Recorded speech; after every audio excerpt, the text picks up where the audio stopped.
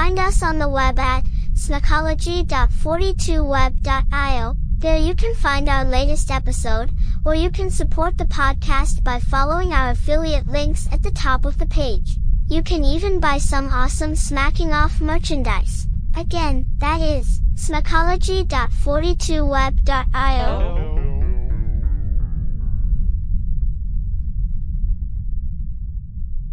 We're here at Commonwealth Stadium, representing for the Kentucky Wildcats, right against Georgia Bulldogs, right? And I'm live here, and there's fun and excitement going on. I know you can see that. This is Smacking Off, the podcast. Hi, we're Fiverr, a global marketplace connecting individuals and businesses with freelancers offering thousands of digital services. Graphic design, web development, video editing, e-commerce marketing. You name it, there's a professional freelancer ready to make it happen. Filter your search by the service needed, budget, timeline, and boom! Fiverr provides a list of talented freelancers to meet your specific needs. Always know what you'll pay up front. No hourly rates, just project-based pricing. And because payment isn't released until you approve the work, you can rest assured that you'll be satisfied with the quality and get exactly what you want. Our support team is always available to answer questions or offer assistance when you need it. With the whole world of freelance talent at your fingertips, what might you achieve? Join today and find out. Fiverr. It starts here. Janelle Holloway, the leading rusher for Oklahoma, almost 5.5 a carry, has -8 on 5 rushes. Home run ball. Jackson has it. And now, Smacking Off the podcast.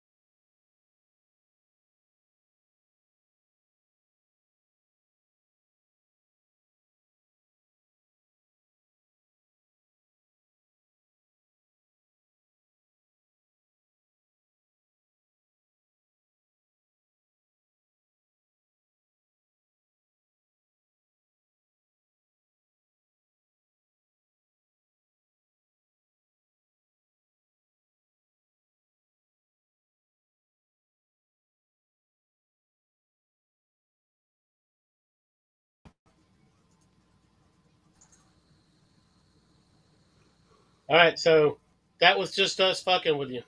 Say what? I forgot to add people to the stage, man. It's been hectic. I almost didn't. I almost put it back a little bit, but I appreciate that was just you, us fucking with you. Dave. I'm coming through. I forgot to add people to the stage, man. how's No, everybody doing? I almost didn't. I'm doing good. What about you, homie G? Doing good. You all just see Jamal Murray hit a 50-footer? Oh, no, I missed that. Nice. To win a game?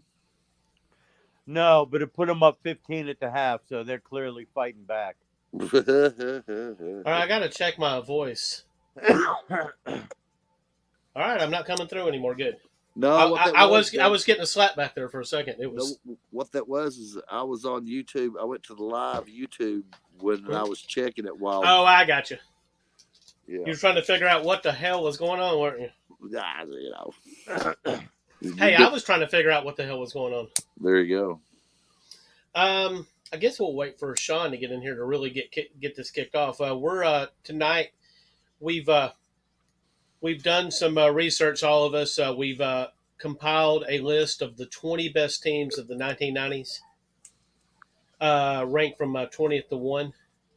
and we're going to go over the list. And if you're watching this tonight, you're getting the raw version of this. I will be putting this together with the proper graphics and everything to run later. There you go. But this is the raw version tonight. Hell yeah. What's going on, Ed? I thought you weren't going to be in early. No, so we went to a Thai restaurant in D.C., and it's a small place, and they were packed, and the service was bad, but the food was great. So I made it with 15 minutes to spare. Wow. I love Thai food, man. Me too. Thai is definitely my favorite of the Orient. It was really good, man. These fried chicken dumplings were incredible. Hell yeah. Like the only Asian food I had as a child was Chinese, and I loved it. And I still love Chinese, but I didn't have Thai until maybe in my early 20s, and it just blew me away. Do y'all have noodles? Yeah, I had and the company? drunken noodles entree. That was No, we don't have a noodles and company here, but Because they got great Thai food. Noodles and Company has like the Thai curry soup and the pad Thai meal, and you can get shrimp with it. It's pure magic. It's exactly there's what my there's wife some good had. Thai restaurants around here. Oh yeah. We go to a place in town called Surin. It's pretty good. A lot of people probably wouldn't consider it the best, but it's centrally located and it's easy to get to. But there you go. Now, do you have to fight through hordes of gangs and other people through Birmingham in order to get where you want to go? I haven't been in Birmingham since Bidenomics has taken hold, so I can't tell you for sure. I know that crime is way up everywhere. I thought you lived in Birmingham.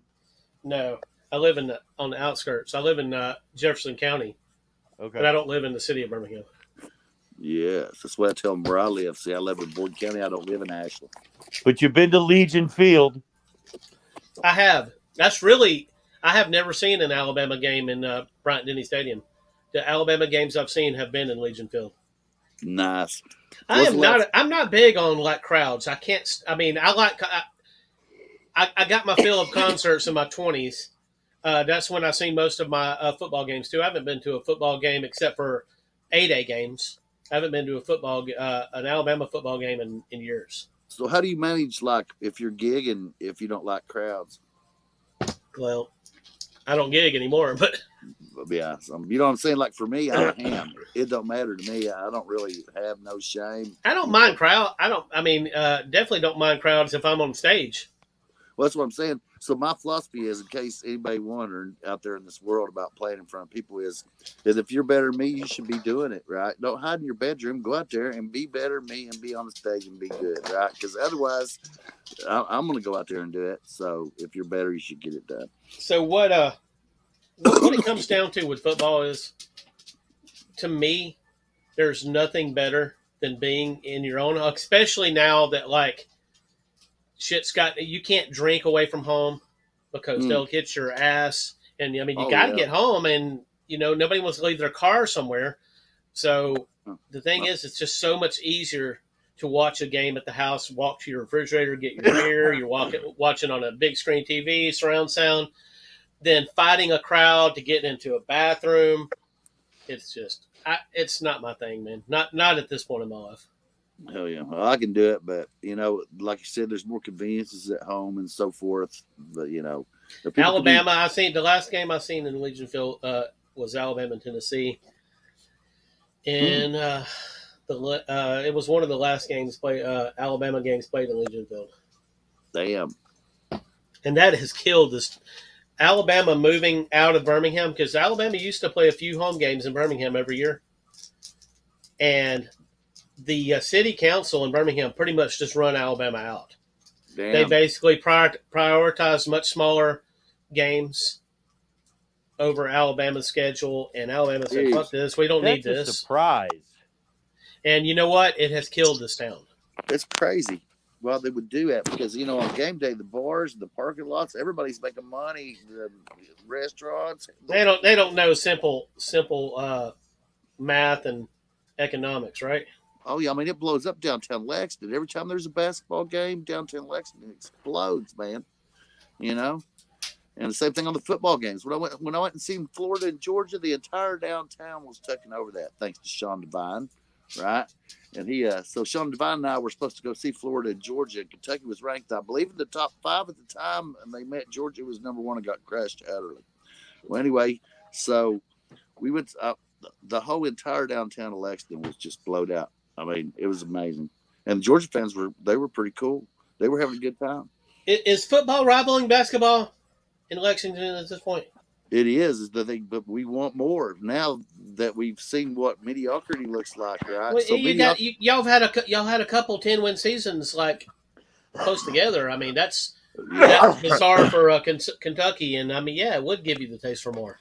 And so so we've had years where we had the defense from hell. We had years where we had good offense or the running game from hell. But if they can put that together, man, I mean, but what helped us our first 10-win season was a legitimate 10-win season that happened during the season, and that one with Josh Allen. I mean, he was a transcendent talent, man, and we got to get another guy that's transcendent talent. We're going to do that again. But they're going to have an in-house quarterback now. So they went the transfer route a couple times, and I don't believe it really worked out for them. So now they're developed their own guy, and let's see what happens, man. Yeah, because Leary's gone, right? Yeah, Leary's gone, man. Leary didn't do shit at Kentucky, dude. He wasn't any good. I guess the ACC must be a whole lot easier than he SEC. wasn't that great his last year at NC State. He came in hyped up, but he was okay. And then you had the guy before him, the Will Levis. I mean, he had a cannon for an arm, but he had the judgment skills of a gnat. You know what I'm saying? And I mean, he couldn't read defense to save his life. And I don't even know if he tried, and if he did. But he was under his last season. To his credit, though, his last season at UK, he was getting killed. Normally good offensive line we had all graduated, and the offensive line coach died. So Will Levis's last year at Kentucky, he was under duress, guys. He was getting chased out like a dog. What do you think about Dane Key? Is he going to break out, or is he going to be someone who's just inconsistent? I think that he's going to do real well. I think he's going to do real. The Barry and Brown boy is hot, man. He's an unbelievable returner. And in the Liam Cohen system, if Key was just consistent, he'd be all SEC. And he's got the size, and he's got some speed and the pedigree. Kentucky actually has the experience in deep receiving quarters, so it's up to the new guy to get the ball to him. And Liam Cohen proved he could coach offense, so I'd like to see it. Because when he caught that bomb from Levis against Florida season before last, I was like, oh, this guy's going to be good because he was a freshman. Yeah, but last year he fell off. There's plays he could have made, but he didn't. He did fall off, yeah. But I think he'll be back, and I think he's going to do real well. And Barry and Brown, man, that guy's a hell of a player, and a hell of a return man, and he was good on the other side. They could have dual threat. I mean, and there's other guys that can also play there. They just got to get somebody to get them the football, and there's no shortage of running backs. And there's no shortage of linebackers. I think that's going to be good for about 8 wins, 7 or 8 at the most. Well, I mean, that conference is just such a gauntlet now. Oh, yeah, the schedule's incredible, man. I mean, every team in the conference's schedule is unbelievable. Alabama's schedule is unbelievable. They all are. When I first seen Alabama's schedule, I was like, Jesus Christ, ain't nobody got a schedule like this. And then I started going over the schedules and seeing that, shit, Florida's is worse. Hell, Oklahoma's is savage. I mean, they all are. That's why I think they could get 5 teams in. There's going to be some 2 lost teams in the CFP. It's undeniable. There's no way around. Oh, absolutely. And there's going to be some high drama. I think that the controversy that keeps college football alive, that's what's always kept it alive. People complaining about the voters. People complaining about which bowl and what happened in the regular season. Would they get a rematch in the bowls? I mean, there's always been controversy, and I feel that can give us 12 times more controversy. I think there might be one. I don't even know if there's one team coming up this year that's going to be so dominant that they're undisputably the number 1 seed. I mean, well, there's just going to be so much more to talk about with respect to who's getting in than went 4. Now, I'm going to go ahead and make this prediction. It's pretty dramatic now when the fifth team starts complaining, because Yeah. the fifth team is usually arguably possibly a top 4 team or whatever, but that 13th team that starts complaining is going to get made fun. The fans are going to get made fun of. Don't you agree? Yeah. But FSU showed you the depths of what they can do, right? Yeah. What do they think? So they love to complain. Even if there's an alumnus on one of the TV shows of number 13, they'll get a little sympathy, but that's about it. Yep. So I'm curious to see how it all shakes out. And there's just so many possibilities, but the conferences are so tough now. I just don't know how it'd be amazing if any middle tier team breaks through in either the Big Ten or the SEC. Right? I can see it in the Big 12. It's possible. Right? We don't really know what the Big 12 is all about. It's kind of built in such a way that you're like, well, there's a lot of good teams there, but there are no great teams. Right. So are they going to give the Big 12 the same shrift going into the CFP? I predict the Big 12 will be lucky to get, if they get 2 teams in the CFP, it'd be unlikely. What's going on, Sean? Which conference you think will not get 2? Big 12. I could see 2. It'll be hard. But it'll be hard. Yeah. If Cam Rising is back and healthy for Utah, they're the clear-cut favorite. I would say, sneaking around would be Arizona. They ended last year on a very high note. Yeah. Well, Frisch left, and they don't have great defense. They can certainly score. Is their quarterback Fafita back? Didn't the other guy win the? Oh, you mean the guy that took over after the injury? Fafita, yeah, he was the one that played his hearts out in a narrow loss at Southern Cal. If you remember watching, he's back. I like that young man. He can really good. play. Yeah. He's good. I think what Utah has going for them is they're always hanging around anyway. And is their schedule the same now? Do you think, or does it go down a notch? Or I think it goes down a notch. So that actually helps some. Because they still do have that name. I mean, I think a lot of people would like to see Utah in the playoffs, and they've been close before. I mean, it only really matters if you think the Big 12 will be as good as it was before it lost its top 2 teams. Yeah, I don't know. It's a hard one to call, and I don't even know. I mean, what's their claim to power football at this point? I mean, they just basically sucked up in all the second-tier teams of several major conferences. These were all good second-tier teams, though. Yeah. So I mean, it's not. You don't have the top-heavy brand names of Texas and Oklahoma, or many years ago when Nebraska left, but you have this collection of just really solid, call it like B plus kind of teams that. I think it's going to probably be the most exciting conference to watch for the viewers. Yeah, it's deep. It could. You got Utah, you got BYU, which I like that rivalry game is back. You got Arizona State, you got Colorado, you got TCU, you got the Texas schools, you got Oklahoma State, and Gundy's still there. I mean, Baylor might get it together. Baylor for sure. Iowa State, Kansas State, and even Kansas is starting to kind of show a little bit of life. So offense, I think it's going to be a fun, exciting. Is it going to be as good as the Georgia and Alabamas and Michigans and Ohio States of the world? Probably not. But will the games be exciting? I think so. I think they'll be very entertaining. I mean, this is definitely better than the American athletic conference. Very much better than the American. Well, the current American. Remember, they had like man. You talk about teams that have passed through a conference. I mean, you took the best from the American, and then put it with what was left in the Big 12. It's definitely a superior conference than what the American was even before the good teams left. Yeah, the only two that kind of surprised me that didn't get invited to join. You know, I thought they would ask Tulane to go over, and they didn't. And I thought they'd ask Memphis to go over. You know, Memphis has poured their heart into that program, but I don't know. There's a disconnect somewhere. I don't know if it's TV.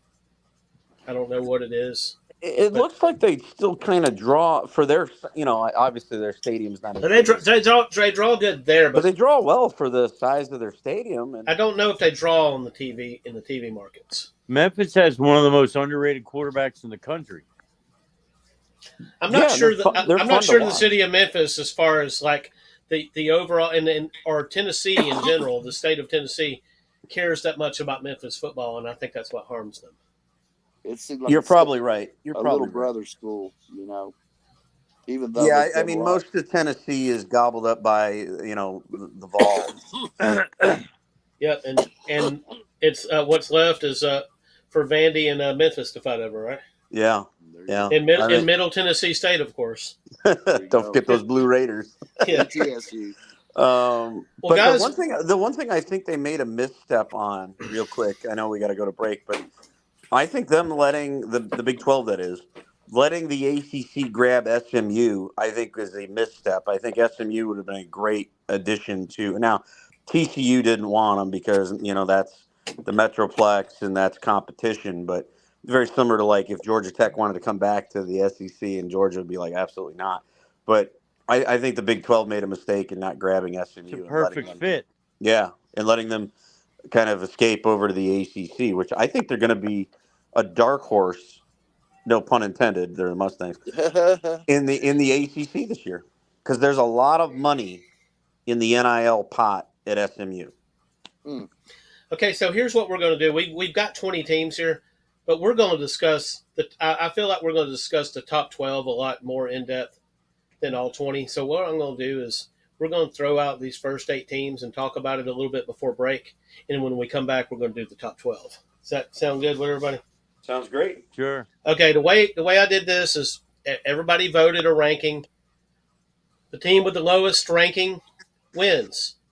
Teams that got picked by some people but didn't get picked by others couldn't get a leg up because that brings their score down a little bit. So the people that didn't pick them, I assigned 16 points to each of those teams to keep them from getting a leg up from not getting votes. You don't want that to happen. Sure. So anyway, I'm going to go ahead and roll this out. The top 8, the 20 through 13, and we can talk about those before break, and then we'll come back and do 12. Number 20 is the 97 Marshall Thundering Herd, and I'm sure that Bob and Ed want to speak on that. Oh yeah, I'm a big fan of Thunder and Herd, and especially a team like that, that had just come recently from being a AA program and had come into Division I and put up the kind of numbers they did and had the success they had. And it's just amazing for my whole region here. There's so many people that from this region that goes to school at Marshall and roots for Marshall here in Appalachia is just a huge deal for us. And I mean, and then you have transcendent players involved, right? You have Chad Pennington, who is a solid field player. You got obviously Randy Moss, who's the all-time great, and I think he had like 28 receiving touchdowns that season. And then you also had Troy Brown, right? Who was the head coach of this team, Bob? Jim Donnan had been the coach at Georgia. No, he was at Marshall before, wasn't he? No, I thought he was the coach for that. It was him or Bob Pruitt. It was Bob Pruitt. Let me look that up. It was him or Bob Pruitt.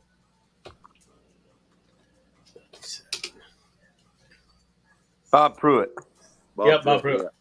Yeah, Jim Donnan was pre. He took over Georgia in the late 90s at some point. Yes. But yeah, it was Bob Pruitt. I can't believe we get them mixed up. But I was a fan of AA Marshall as well. That's why I'm bringing up Jim Donnan. But that was a good squad, man. And they had a lot of NFL players in the future. And it's the reason Marshall could recruit those guys is, for example, Randy Moss had been in trouble at Florida State. And you know where he was originally committed, right? Where's that? Notre Dame? Yeah. Yeah, And then he had his first kind of little run in, and Indy backed off. But Lou Holtz made a phone call to Bobby Bowden, and Bowden said, "Yeah, I'll give Randy a shot if he wants to come," and he did. And then I think he violated his parole by smoking weed, which is so stupid. Yeah, I know. Not him being stupid, but like the law at the time. That was a different time and era. But yeah, because he had popped hot for weed, he busted his parole, and Bowden said, I'm sorry, I can't take you. And so it was down to really West Virginia and Marshall. And Randy didn't see eye to eye with the coach and the administrators at WVU, so it was a very easy decision for him to go to Marshall. And then the rest is his. And it didn't hurt that Chad Pennington was there to toss him the football. Oh yeah, it's unbelievable, man. And All right, so let me go ahead and say that Jim Donovan's players were still there in '97. Jim Donovan's last year was in '95. 95, because I think they played Georgia in 95 and nearly beat them. That's probably what got Donovan the job, ain't it? Yeah, Georgia. when Georgia was number 5, I don't know that game. That's one of the biggest Marshall games of all time, even though they lost. But so that was a great team for us here, man, and it's legendary. And they sent some significant players to NFL. All right, and 19 is Tiny Terry's Auburn Tigers from '93. That team, they were on probation. One of the best teams no one ever saw. No, actually, I had to listen to the fucking Iron Bowl. Even because Auburn was on probation that year. Yep. None of their games were televised. By the way, I don't believe they did another TV ban after that. We do have another TV ban in this list. If we have that team from, you were asking me about '94 with the little pretty dog with the bow. Oh, okay. You talking about the ATM? Yeah. Yep. All right. Well, anyway, moving right along. Fuck Auburn. We can't talk about them very long. So 11-0, but they couldn't play in the SEC championship game. They finished number 4 in the AP poll. Real quick, you look at they played a damn good schedule. They went unbeaten. This team, had they not been on probation, goes to the SEC championship game, which they would have probably played, I'm guessing, Florida in '93. They actually ran a plane over Legion Field. This is the last time the SEC championship game was played in Legion Field. They ran a plane over Legion Field. They had beaten Alabama and Florida that year. So they would have got Florida again, and they probably would have beat Florida again in Legion Field. They might have. They ran a plane over it, and it said Auburn SEC champions, and then I think they circled back around and come back with another sign that had the scores over both teams. Wow. Now they only beat Florida by a field goal at Jordan Hare, but you got to figure Legion Field being just up the road in Birmingham, a lot of Tiger fans would have made that trip. Yep. And if they win that game, they're probably playing Nebraska, because Nebraska, I think, was the last undefeated team from the power conferences at the end of the year. Yep. They would have been Auburn against Nebraska in the Orange Bowl. That would have been a hell of a game. That'd been like a 10-6 game. They both were very good defensive teams. Yeah. Yes. And they love to run the football. And they like to run the rock. Yeah, that would have been an old school slobber knocker. That's kind of a game I'm sad we didn't get to see. I know I'd like to see that, but that's my prediction. It would have been Nebraska 10-6. I'll put a few more points on there. I'll say Nebraska 17-14 by a field goal. Yeah, I can see that. That's about right. All right, so moving right along, 18. This is probably the best K-State team in the history of the program.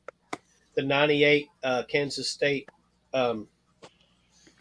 Wildcats. Are they the Wildcats? Yeah, Wildcats. Yeah. Out in the Little Apple, Manhattan, Kansas. Yeah. One of the great legendary the Bill Snyder teams. Didn't they have Bishop at the quarterback? Is that the team that had Bishop? Let me check that out. I'm not sure. It might have been. It was an option, kind of an option thing, but they run some spread too. I remember him. He was like number 2. Anyway, I do remember a team. I followed that team because I love the underdog, right? And in the world of college football, teams rarely rise up when they haven't existed before and do stuff, right?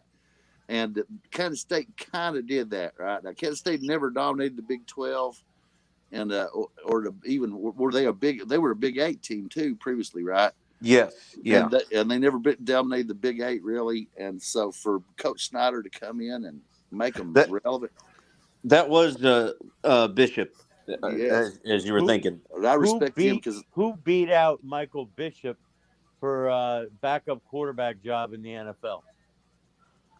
I'm gonna guess Tom Brady. You are correct. Damn it, Jim. Only because I knew he was with the Patriots, so that was the only reason I made that guess. You figured I'd ask a Michigan question. Of course. Yeah. So I love this in college. I don't know if everybody remembers this Kansas State team, but me and Sean was talking about it a little earlier. This team came within a gnat's ass of making the national championship game. They ended up with 2 losses, and they were really close losses, both of them. But the second one you don't care so much about because the bigger prize. They blew their whole season in one game. They're unbeaten going into the Big 12 title game. Back when it played the old Trans World Dome in St. Louis, where the Rams used to play when they were in St. Louis. And they lost in double overtime, 36-33 to Texas A&M. If they win that game, they're playing Tennessee in the desert for the national championship. Yep. Yeah. I mean, it was already. I mean, a lot of people thought that they would beat Texas A&M, and it was just about a foregone conclusion. There's no way that Kansas State's going to lose to Texas A&M. The guy that I'll always remember from that game, that Big 12 title game, that played his ass off from particularly A&M, was Dat Wynn, the linebacker. Remember him? Yeah, he played for Dallas later. He was a pretty good player. It seemed like that guy had about 50 tackles in that game. He was everywhere. He was incredible. He was good for Texas A&M. Just incredible. Sure. But a heartbreaker for Snyder and K-State. I mean, double overtime. You not only lose your conference championship game, but you lose the chance to play for a national championship. I can see, and granted, their loss to Purdue in the Alamo Bowl wasn't bad. It was a field goal, but you can tell the start. That was one of those not being motivated. Right, yeah. The starch had kind of come out of their shorts, so to speak, because they knew they were ever so close to playing for it all. You know, that's and then to have to go to San Antonio and play in the Alamo Bowl, that's that's going from the penthouse, not quite to the outhouse, but it's a significant decline in prestige and everything. So I don't fault them for the loss to Purdue, and I think if I'm not mistaken, that Purdue team had a pretty good quarterback in their own right. Oh yeah, and I don't know how it would be tallied at this point. If this is CFP territory, they'd only dropped to number 4, so they're in the playoffs. If this is a playoff era team, yeah, if we had playoff, K-State's in. I mean, they're in. There you go. Oh yeah, absolutely one of the top at large selections. Because that A&M team, by the way, that they lost, was ranked number 10 in the country in that Big 12 championship game. So it wasn't like they lost to a unranked scrub A&M. That was a good A&M team they lost to. Yep. And they were ranked number 2, and like I said, I remember thinking that they're fucking going. They're going to play Tennessee. I did too, Doug. I was like, man, what a fucking letdown, Jesus Christ, to watch that shit and for it to be A&M, because I can't stand A&M. I've never liked A&M. Yeah, I don't think anyone likes A&M unless you're associated with format. I mean, Bear Bryant didn't even like A&M. No, he didn't. He got out of there as quick as he could. And he fucked their players up before he left too. They all have psychological issues and physical issues. The ones that are still out there. The one that went to Junction or whatever. But anyway, speaking of A&M, number 17, Texas A&M from '94. Another great team that no one ever saw. Yep. And that must be the last one. I thought Auburn was the last one, but they quit doing the TV bans because it punishes the conference. I think there was one more after them. Let me pull it up here. At some point, I heard they basically just acknowledged we won't be doing TV bans anymore because it punishes the conference. They done it in Kentucky So the in last basketball. team in college football to have a season ban from television is the 1995 Ole Miss Rebels. Oh, That was the last time it's ever happened. yeah. And it's like you said, Doug. It's because the conferences get pissed, and TV, the television networks get pissed because it's like, you're taking away from our product. Yep. So and those teams that are on probation, a lot of times they in their home state they get more interest TV wise because Right. it's like, okay, we're not going to see them playing a ball. This team's got a chip on their shoulder and they want to watch them. And this team certainly did. This was R.C. Slocum in his 6th season at A&M. He'd already had a couple of good seasons there. They went 10-0-1, 6-0-1 in the old Southwest Conference. We missed the Southwest Conference. Rest in peace. 10-0-1. The lone tie was against, ironically, the year they're on probation. Who do you think that the tie was against? Oklahoma. Let me look. Don't cheat, Doug. Come on. Southwest Conference. They're on probation. Who did they tie with? I'm not going to cheat, but I'm going to look, but I'm not going to tell anybody. Well, I'll say give it up. Arkansas. No, they were SMU was who they tied. SMU. I thought it, but I said no. I thought it was SMU being on probation. What is the irony of that? Like, remember SMU had been on probation for a few years before that in the Southwest Conference. Right. I thought now A&M's on probation. They get a tie, and it's ironically with SMU in a game that no one saw. The Booster Bowl. We all heard right? about it. Yeah, that's a great name, Ed. The Booster Bowl. That is definitely one of my favorite of the 30 for 30s. Is the what's it called? Pony Express. Pony Excess.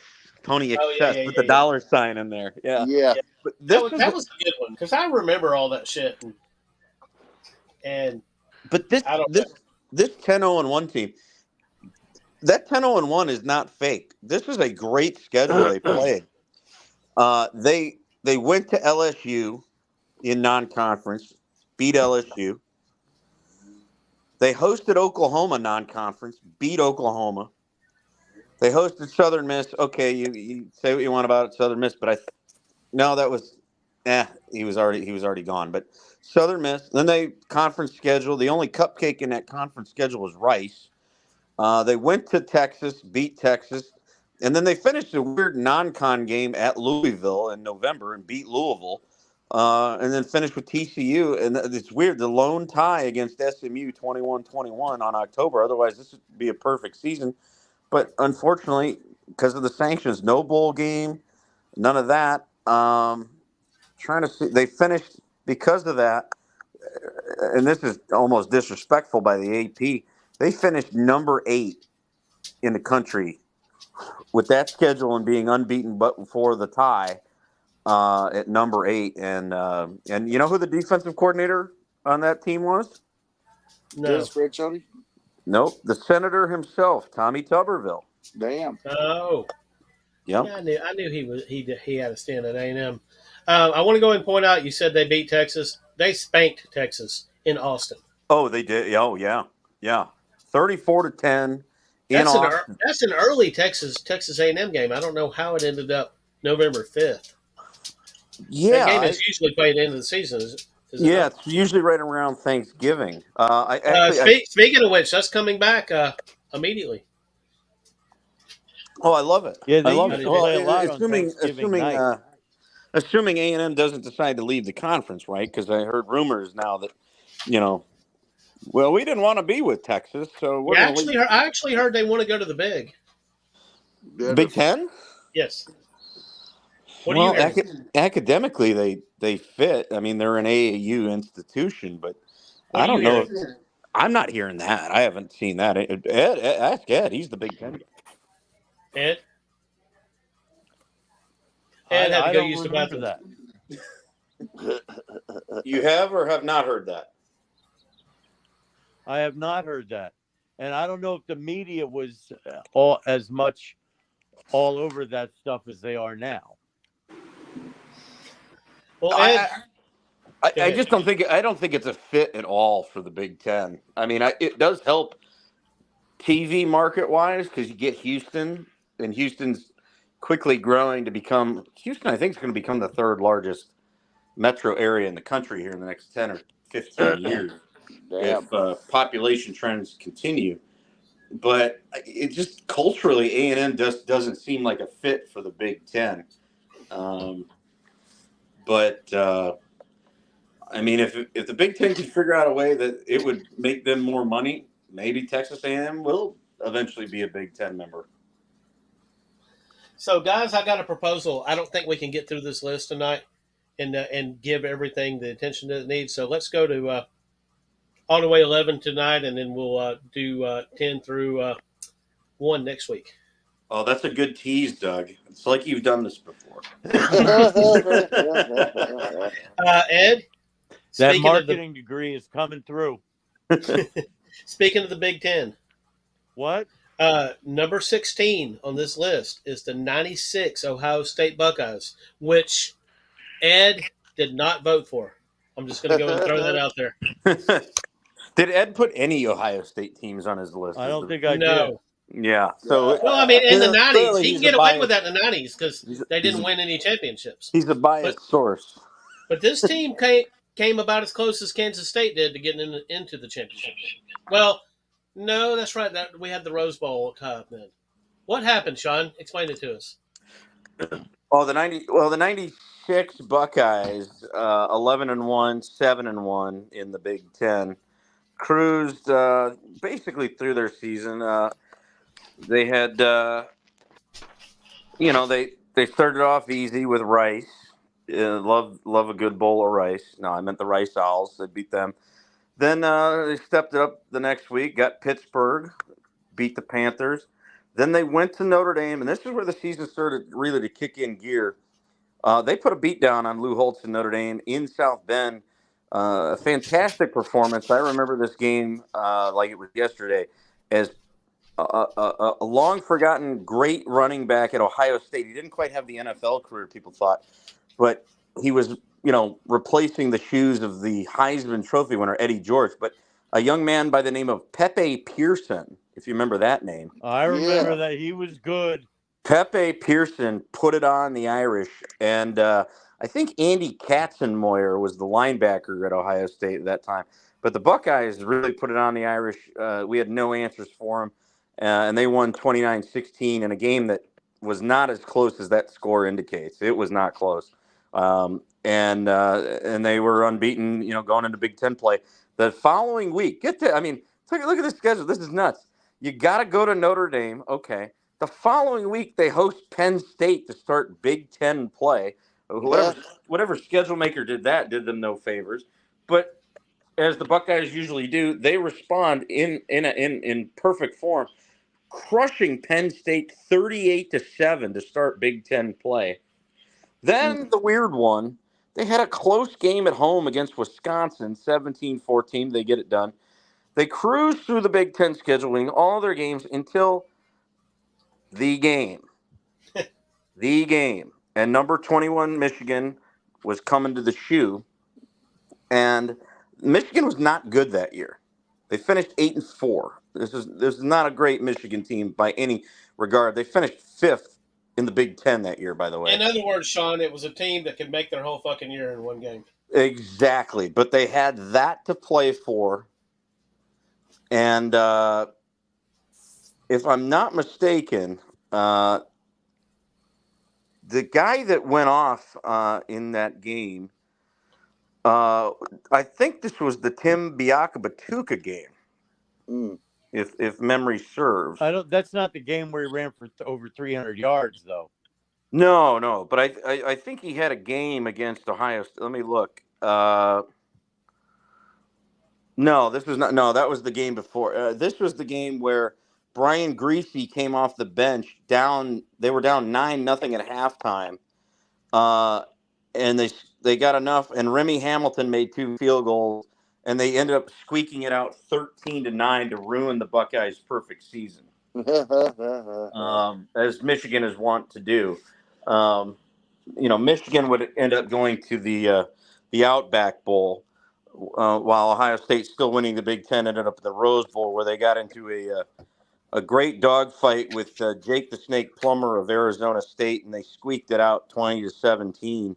It looked like Plummer had sealed the deal with, I think, about 2 minutes to go. Yeah, he had almost sealed the deal, but there wasn't we damn close to just having the national championship game in the Rose Bowl?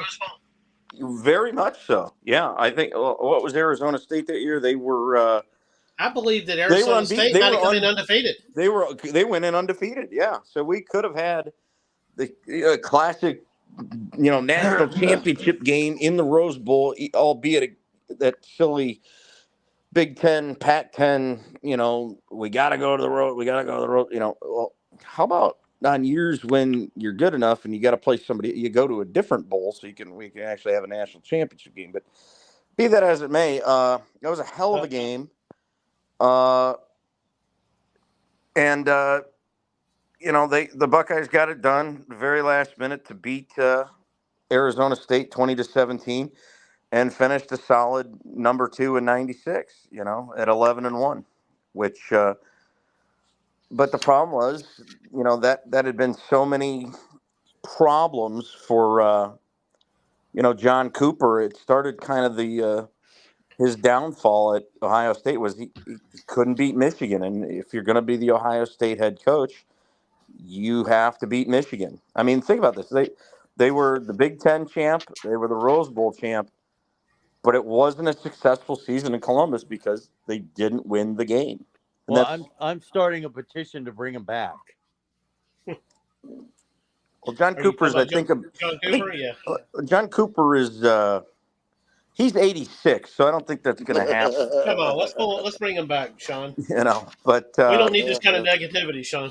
What about Jim Tressel? I definitely think, Tressel's available. I mean, his show cause, I think, is over with. But this was definitely the second best team in the country. If I would have loved to have seen, Ohio them State in Florida State or them in Florida. Florida, yeah, I would have loved to have seen Ohio State against Florida that year, but they stubbed their toe in a game they should have beat Michigan. Now, if I'm not mistaken, Florida and Florida State tied that year in the regular season, and then they played again in Florida. Yeah, the fifth quarter and the French Quarter. Yeah. Yeah. But I definitely think was Ohio that the game State, where Florida was up like 31-3 after the third quarter. Yes. Right, and didn't Florida State mount a furious comeback and end up tying the game? There was controversy in the game back when we still had ties. Remember that? in the game where they tied. Spurrier was bitching after the game that there was some what Spurrier considered. I don't remember. I'd have to go back and look at the film. He said there was a bunch of late hits. No, that wasn't 96 season. My apologies. That was 94. The Florida State tie. I think they tied 96 too. No. No. Florida State won close. Yeah. Florida State won by a field goal. And they rematched in You're correct. In the Sugar Bowl, and Florida just housed they rematched in 94 too, didn't they? Yeah, in a non-championship game, right. Sugar Bowl. Yeah. Yep. 52-17. I mean, that was a public pantsing there by Florida. By the way. So speaking of championships, everybody here will remember this championship team. This is the 1990 Georgia Tech Ramblin' Wreck. This is the number 15 team on our list. Should have been the consensus national champion of that year, by the way. Yeah, I think so. Because of the issues with the Colorado team. Yeah, Colorado had to beat Missouri on a fifth down. Colorado also lost the game, if I'm not mistaken. They did. They tied with Tennessee early. They lost to Illinois, I believe. Yeah, and then they needed a fifth down to beat Missouri. And technically, they lost to Missouri as well.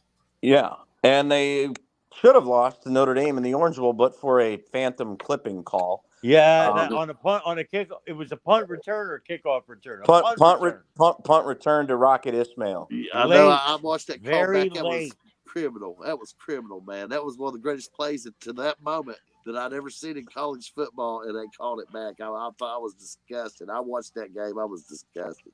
Wasn't the final like 7-3? I think it was 10-7 or 13-10, something like that.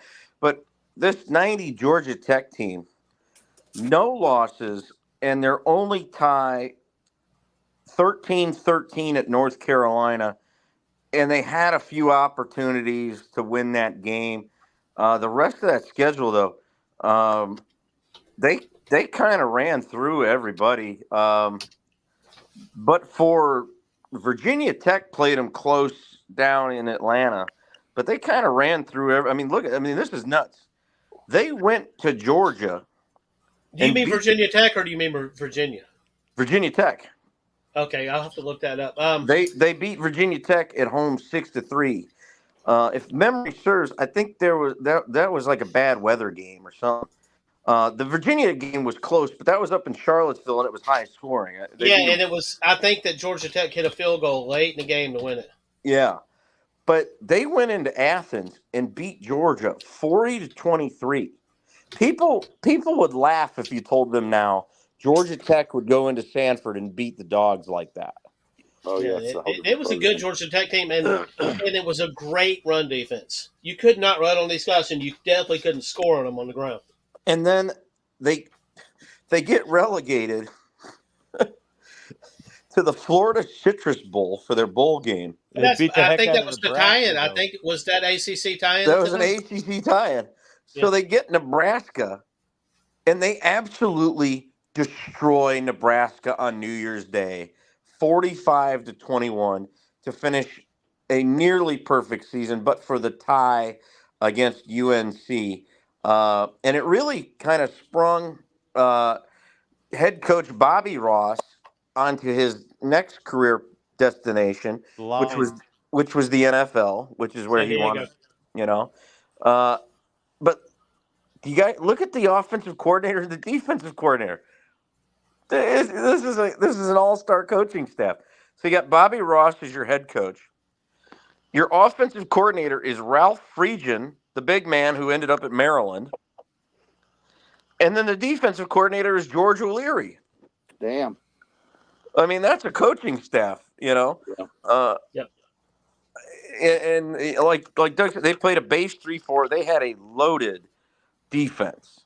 I mean, loaded.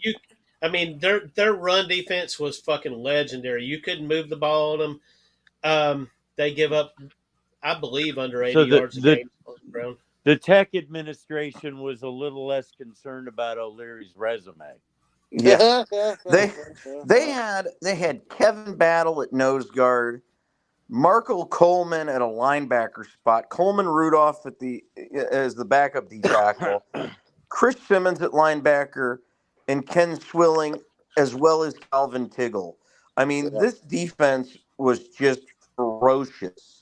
Swilling was a hell of a player at New Orleans, and then Coleman played for the Dolphins for a long time. Yeah, so if the offense could score 10 points, Tech was generally going to win. I mean, that defense was nasty. Oh, yeah. Before we move to the next team, I want to go ahead and say that Bill Curry recruited that team, and he told everybody about it on TV. And he recruited the 92 Alabama team as well, the senior class. Oh yeah, he told everyone. He didn't ever win any national championships while he was actually there. He just won them, and he won them on the recruiting trail. He said, but he also recruited. He was not the same level of a coach as Bobby Ross. No, absolutely he wasn't. He was a hell of a recruiter, though. He could get the players, and that's what you got to get the Jimmies and the Joes before you can give them the X's and O's. But I will bet you money that Curry don't win the national championship with any of these players if he hangs around. You're probably right. Now, Curry recruited Tim Couch and then tried to run the option with him. Ugh. So if this tells you anything about the level of coach we have in Bill Curry, is so he recruited Tim Couch and had him for 1 year and tried to run the option with him and went to Billy Jack Haskins, That's crazy. All right, yeah. so we're in the home stretch, guys. Number 14 on this list, and this is a this is not a national championship team. This is the 93 Nebraska Cornhuskers, who lost to the referees in the Orange Bowl in the 94 Orange Bowl. What do you remember about this, Sean? Is that the 31-30 game? No, it wasn't 31-30. That was in 83. You're just a decade off. I think it was like I mean, it's early onset dementia. I think it was like 18 to 17 or 19 to 17. Yes, it was very close. Nebraska had a field goal, if I'm not mistaken, to win the game at the end. And, the kicker, a lot of pressure. It wasn't, I think it was like 42 or 43 yards, whatever, but he missed it. And, Florida State ended up winning the game. But, Nebraska was unbeaten. The refs, I don't like blaming refs. That's not me. Nebraska didn't get a lot of favorable calls. No, they did not. Florida State scored in the third quarter and fumbled as they were going in, and it wasn't really close. I remember watching, and I'm like, Jesus Christ! And no, they gave it to them. So that's one. That was a touchdown. There was something else in that game. Pulling the game summary. So at halftime, Nebraska led 7-6. Florida State had three field goals in the third quarter to go into the fourth quarter up 15-7.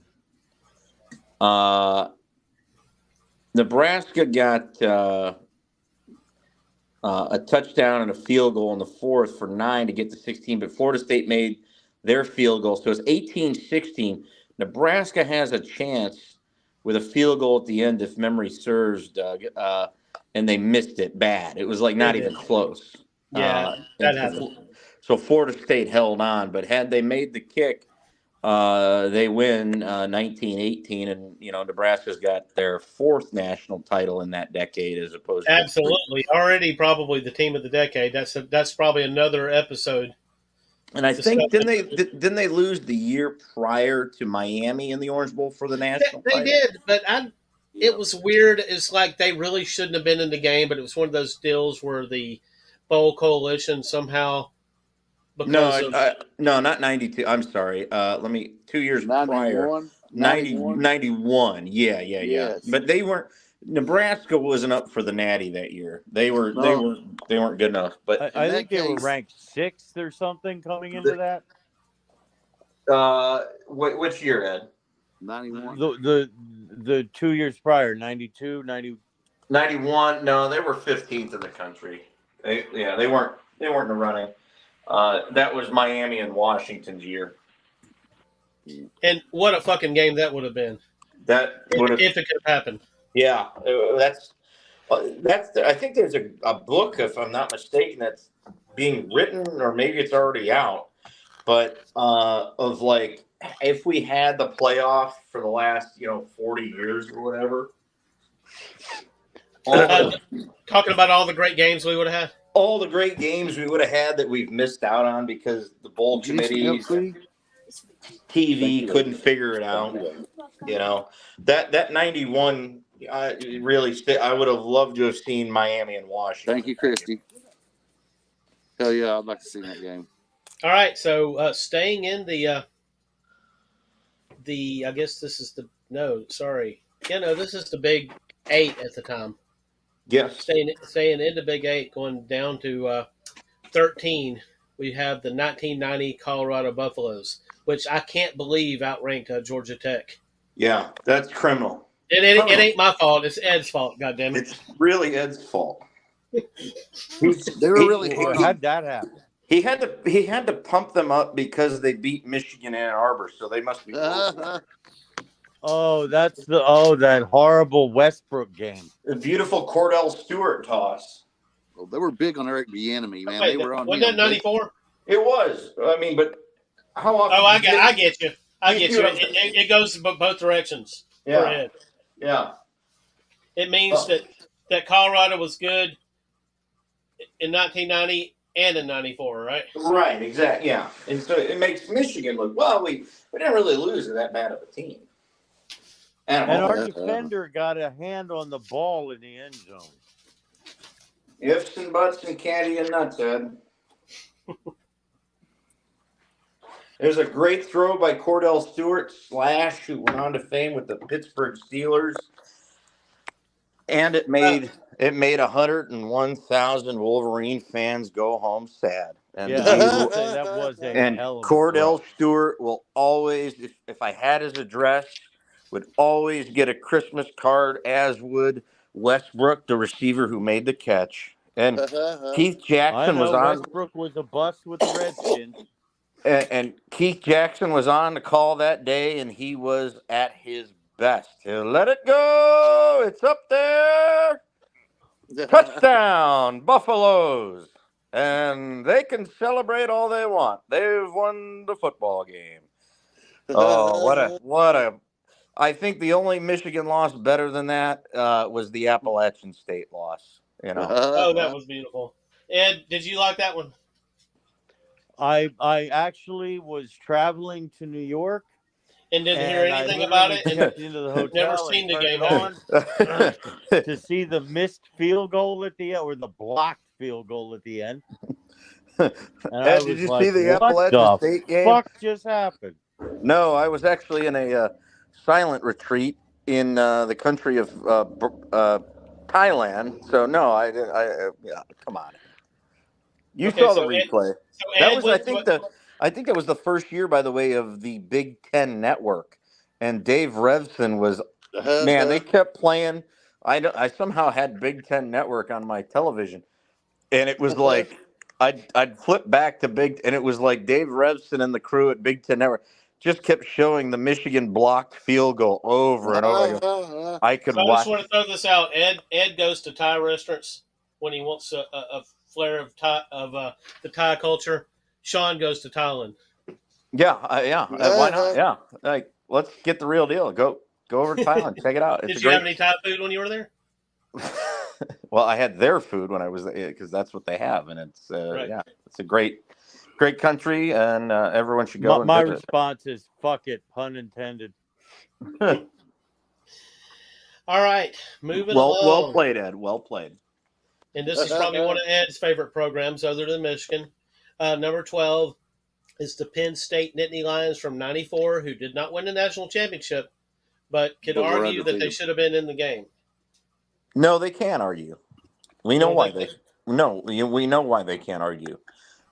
Because the Big Ten and the Pac-10 had dug their heels in for years with their silliness about the Rose Bowl. So Penn State eliminated themselves by being tied into the Rose Bowl. Yeah. I mean, right. they went and played some not very good Oregon team, if memory serves. Mm-hmm. I mean, I would have loved to see them play Nebraska. And you know what? Before Joe Paterno got, his feelings involved, and, I guess we got to join the Big Ten. Had they still been an independent, which they were for basically 50, 60 years, when they played, Alabama in that Sugar Bowl, they were still an independent in 79. But no, Joe Pa got scared. I don't know. We got to join a conference. Well, by doing that, he hosed himself because in '94 they would have had a chance to play Nebraska. Absolutely. If And they were. now that was the year that kind of turned out like what you were talking about earlier, is that Nebraska actually did play Miami for the national championship. Although Miami probably wouldn't be good enough to be there, but that's the way it lined up with the bowl coalition at that point. Right. Because you had those Pac teams, Pac and the Big Ten champions that couldn't do it. So it was kind of like Miami was probably ranked fourth, but the bowl coalition put them at second because they couldn't get those other teams. I think it led to I mean, just so we're clear, in any Duck listeners on this podcast or who listen to it later, the '94 Ducks, albeit were the Pac-10 champion, Pac-10 at the time, not 12. But one, they lost the Rose Bowl 38-20 to Penn State. It wasn't particularly close. But Right. Number two, they went into that game at 8-4. Oh, Goodness. Okay, so we only really had Penn State. That Penn State was the clog in the system that year. I mean, in the non-conference, Oregon had already lost to Hawaii and Utah. Then in conference, they lost to Washington State before they got to the Rose Bowl and got their fourth loss to Penn State. So this was a 3-loss team in a major bowl game. If if we have a playoff or if we have different conference tie-ins, we really, that's outside of that Washington Miami game, this would have been the game I would have wanted to see is 94 Penn State against 94 Nebraska. Yep. Yeah, that led to the BCS because they had to make the Rose Bowl meaningful. At least once every 6 years, they had to create the BCS. That's why I feel the BCS was created solely to make the Rose Bowl meaningful at least once every 6 years. Well, I mean, there is. I having been there, there is no better venue to see just a football game. Forget the concourse and the food and all the other extracurriculars. If you just want to see a football game and stay in your seat and watch a game, the Rose Bowl is the best venue in America. I mean, it's perfect. The weather is usually perfect. It's played on great natural grass, and the sight lines from wherever you sit in the old bowl, you're not missing the action. You're simply not. But the problem was the Big Ten and the Pac-10 for years with that silly contract had locked that bowl down. And there were a number of years where either a Big Ten team or a Pac-10 team just didn't belong in that game. They just weren't. They might have been their conference's champion, but they weren't that good. Yeah, I agree. I think that was the first year that Oregon essentially came out of nowhere. Yeah, I mean, they did, but the rest of the conference was bad. I mean, USC was the runner-up, and they were 8-3-1. Yep. Yeah. All right, so we've reached the middle of this this top 20 here, and this is the last pick that we'll do tonight, and then we'll continue it next week. We've got now number 11, and this is a team that did not win the national championship game. They didn't win the national championship, didn't play in the national championship game. But they deserve to be in the national championship game as much as any of the teams that actually got there, except for maybe Nebraska. This is the 93 Notre Dame Fighting Irish. Does anybody remember this team? That's the team that beat Florida State with Charlie Ward, I believe. It is. Yes. And then they had a letdown afterwards, which is pretty normal. Boston College. Yeah. Sean, are you there? Yeah, I'm here, but I'm going to let Ed and Bob talk about this 93 Irish team first before I. Obviously, everyone knows on the podcast I'm the Notre Dame guy, and so I'll let them talk about it first. Well, I mean, I hate Notre Dame as much as Sean hates Michigan. So yeah. And I'm going to go ahead and go. We love that about our relationship, Ed. We do have to go ahead and throw this out, though. Ed did not vote for Notre Dame on this list. Of course he didn't. He didn't vote for Ohio State, and he didn't vote for Notre Dame. I mean, come on. Well, I actually liked them for a period of time when their games were rebroadcast on Sundays with, I think it was Lindsey Nelson. It was Lindsey Nelson. Yeah. Notre Dame React with Lindsey Nelson on Sunday mornings. Hell yeah. Bob, what do you remember about the 93 Irish? Them. I don't even remember why. I thought they were going to win the Natty, and I was rooting for them to lose because I hated Notre Dame as well. And they love it. And then when they did lose, right, I felt they could have been screwed, right? So I had mixed emotions about it, but I was kind of a Lou Holtz fan, and they what's that? What people forget is, this is just a little corollary to your point, is Ed hates Notre Dame, you hated Notre Dame, Doug probably hates him, or maybe dislikes. No, I don't know. I mean, I really don't. It could be because I wasn't aware of football too much in the 70s, and by the time I came around, and it was in the 80s, and They had I mean, I've Bama's seen number Alabama for a beat, long time. But seen Alabama win, I've seen Alabama lose, and I just knew that Notre Dame was one of the top programs, and I wish that they would get to that level again. They've been really close, and I It's think it will important. happen.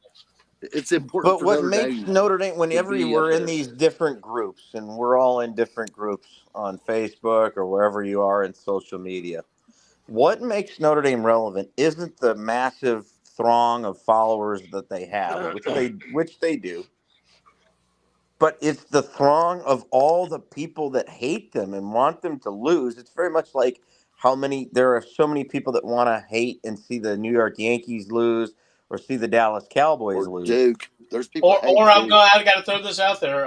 Alabama, especially under Saban, And also Alabama, yeah, And the absolutely. Celtics. Yeah. and And the I'm like you, Boston Sean. Celtics, yeah, and the Boston I'm Celtics. with you, Sean. It's a badge of honor to have that kind of hate Yeah, but it's hey, also the TV people. If you remember, the TV drives everything we do in college sports now. So they know that if there's a good Notre Dame team, TV eyes are going to be on their game, regardless of whether you're rooting for them or rooting against them. Those are That's still very eyeballs true. looking at a television or a monitor or wherever you're at watching the game. oh And yeah, I mean, And 2000. I watched them, hate them or not. I watched Notre Dame. I watched a lot of Notre Dame in my life, and in the days of rabbit ears, you was going to get that game. Notre I Dame can was. tell. I Go can ahead. tell you right now, 2012, the 2013 national championship game between Alabama and Notre Dame wasn't a great game, but before the game, I mean, it was the fucking network. The Yeah. network was giddy. They Oh, they were were hyped. really They were ecstatic. so hyped. They were so hyped. You know, Yeah. they try. If you remember this, Doug, they trotted out. I think he was 91 or 92 at the time. Era Parsegian Oh my goodness. before the game. You know, that not only did it wasn't just Lou Holt. They always bring Holtz out. Well, Lou Obviously, Holtz picked Notre Dame to win the game. Remember? I know, and I laughed at Lou. I said, "Oh, Lou's sweet. He's I mean, I picked, I was worried, Sean, because no. That was I mean, easy. I'm in hindsight, obviously, but I laid the points with Bama, and it was easy money because I knew that Notre Dame team was not ready for Alabama. We should have lost to Pitt. we squeaked by Pitt. you know how close? You know how close that year? Talking about different scenarios. You know how close that year we come to a Georgia Notre Dame national championship game? Well, no, the game that we wanted, Notre Dame fans in our circles, going into that last weekend, before we get to the SEC championship game, which we knew, we do not want to see Georgia or Alabama. That's not good for us. Knowing the makeup of our team, that was Brian Kelly's third year. He wasn't. He was still getting his guys. They were a little bit ahead of the game, so to speak.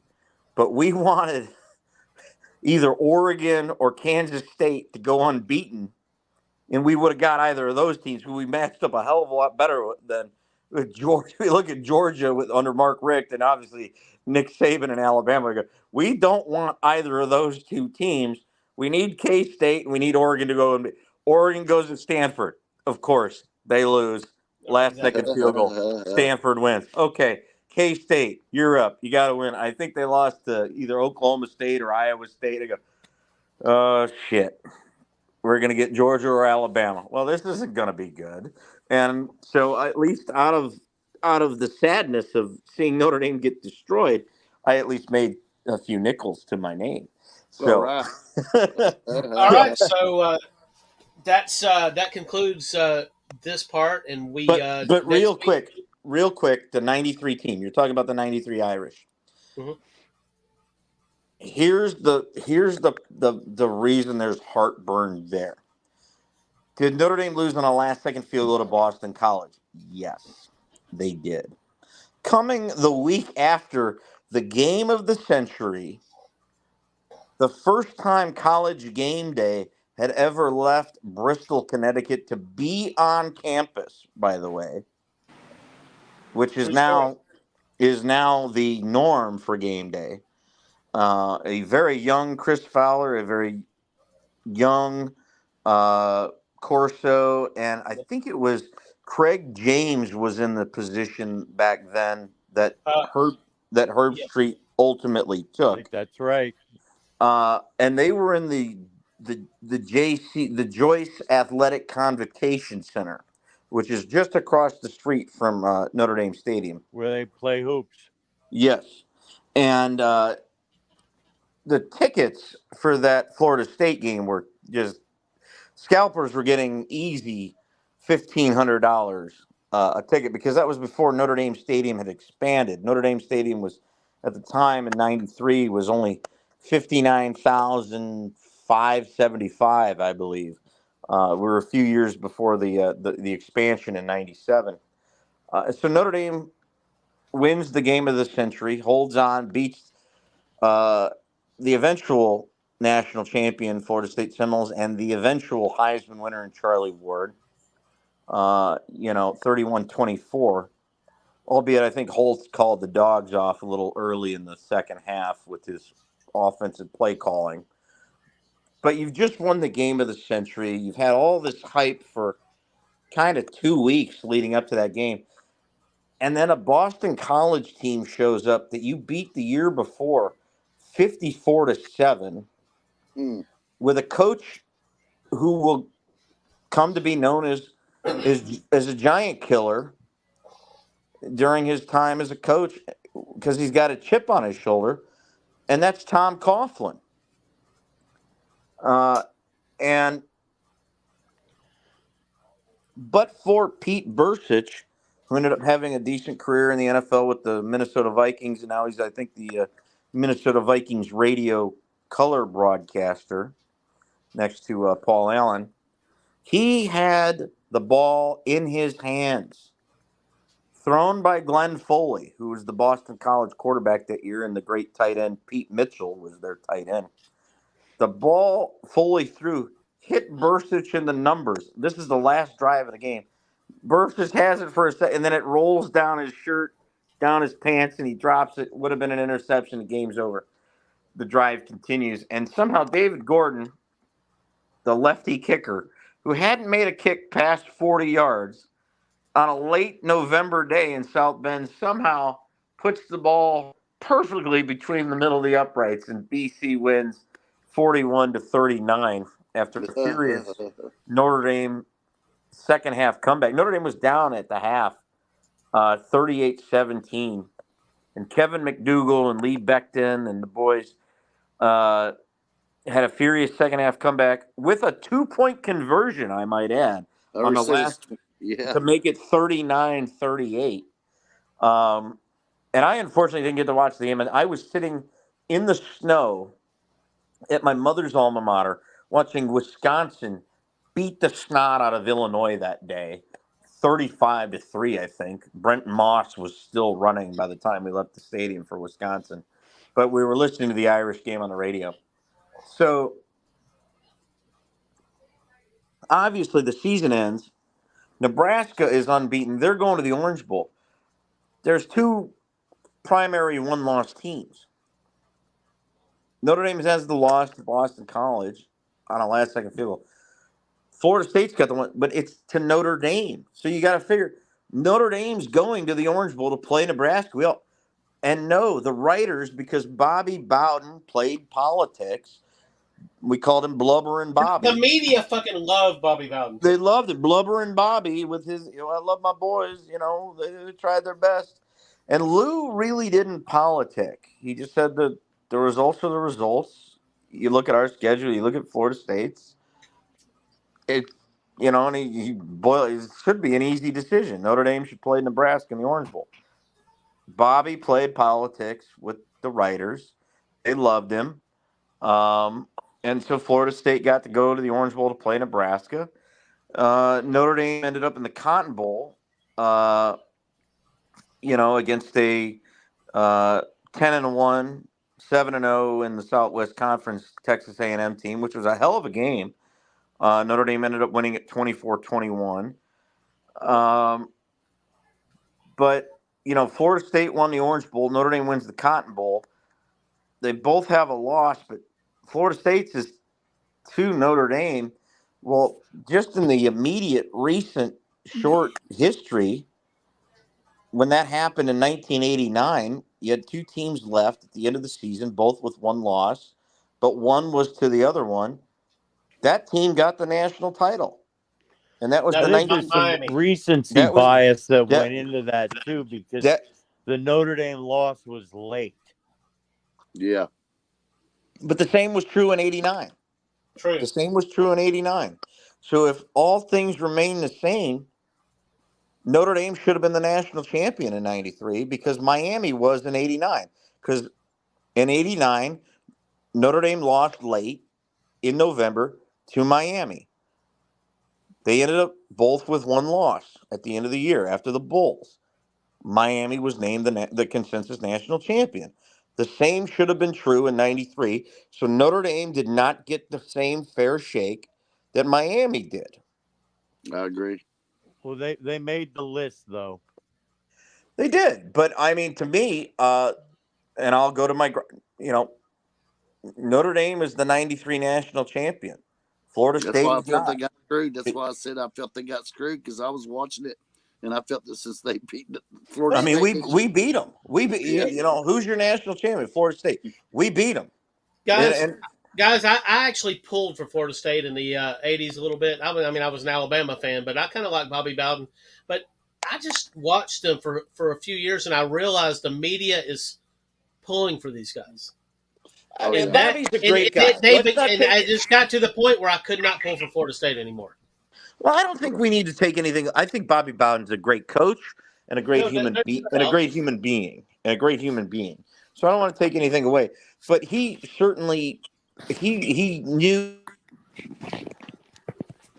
he was a bit of a media darling, and Holtz at the time was not. He kind of got there a few years later when he was on ESPN with Mark May and Reese Davis. With that whole thing. But at the time, Lou, it wasn't that way. And he just, he answered the questions as honestly as he could, but not in a, braggadocious or bravado way. He just said, look at our schedule, look at theirs. It is what it is. And that's that. He wasn't about to, he didn't give the media what they wanted. And Bobby did. And Bobby was very shrewd. He was smart. He knew what he was doing. And it didn't hurt that they had the Heisman winning quarterback. But at the end of the day, we made the Heisman winning quarterback, mediocre that day. He wasn't good. Absolutely. So, all right, guys. So we finish this list next week. We go 10-1. I'm excited. All right, guys. I'm going to go to bed and stop the show now. You gents have a good week. Great show as always. Can't wait to talk again. This was a great show. All right. All right. Next week. Later, gents. Everybody.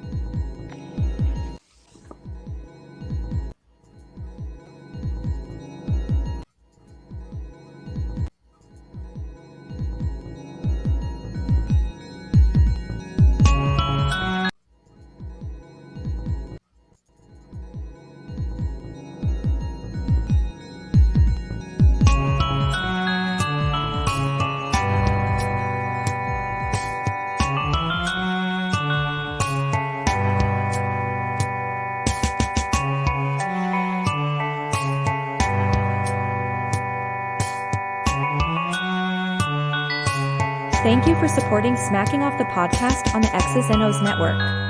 Be sure to keep up with our scheduled live casts and other presentations on Facebook at Smackologists or at Smacking Off, and on our YouTube channel at Smacking Off the Podcast.